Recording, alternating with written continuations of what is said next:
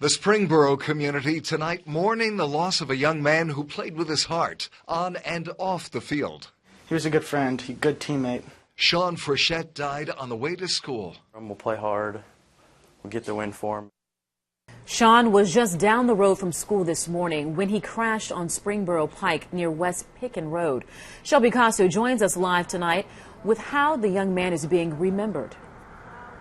Well, Shannon, Jack, I'm here at the crash site right now, and I want you to take a look at this memorial. It is growing. His friends and classmates have left flowers and notes for him, saying Sean was a friend they will never forget.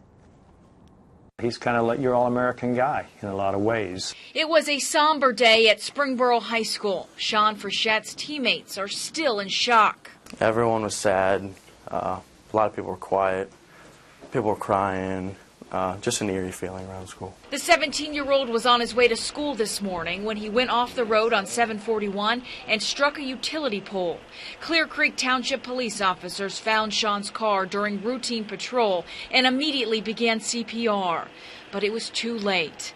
News of his death traveled quickly up to Springboro High School. When you heard the name as his coach, it just takes every bit of air out of you. Springboro football coach Ryan.Wilhite says Sean was an offensive defensive lineman on the team.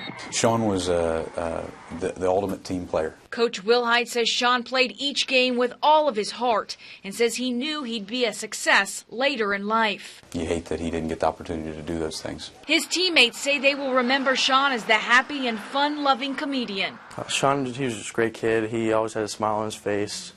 He always made people laugh. He was a funny kid. So whenever you hung out with Sean, you always had a smile on your face. Grief counselors and youth pastors were called to the school today and talked with many students. His teammates say this weekend will be all about remembering Sean. We'll play hard.